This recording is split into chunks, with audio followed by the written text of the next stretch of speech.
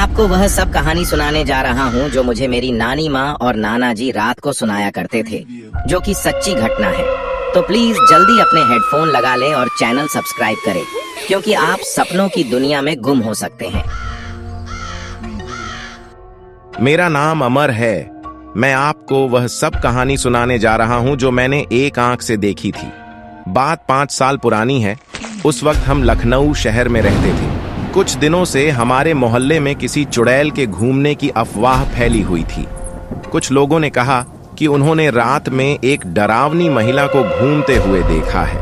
वह कभी घरों की छत पर तो कभी गलियों में घूमती नजर आती है।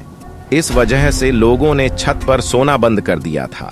अंधेरा होते ही सड़कें सुनसान हो जाती थीं। एक दिन मोहल्ले के लोग मिलकर रात भर देखते रहे, पर कोई नहीं आया। मुझे तो बिल्कुल भी विश्वास नहीं होता था। जो भी चुड़ैल की बात करता था, मैं उसका मजाक उड़ाता था।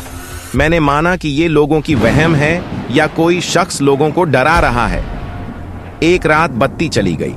गर्मी में अंदर सब सो रहे थे। चुड़ैल के डर से कोई छत पर जाने की हिम्मत नहीं करता था। मुझे ऊपर जाने की भी मनाही थी, लेकिन जब गर्मी बर्दाश्त नहीं हुई तो मैं अपना बिस्तर लेकर छत पर चला गया। छत पर पहुंचकर देखा तो छत के कुंडों पर एक महिला बैठी है।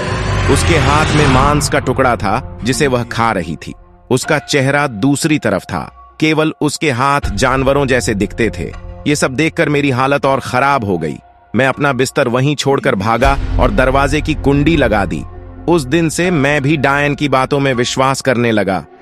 अगले कुछ दिनों तक डायन दिखने की घटनाएं होती रहीं, लेकिन कुछ दिनों बाद डायन दिखाई देना बंद हो गई। लोगों का डर भी खत्म होने लगा। लेकिन मैंने जो देखा उसे मैं कभी नहीं भूलूंगा। दोस्तों, आपको यह कहानी कैसी लगी, प्लीज हमें कमेंट करके जरूर बताएं।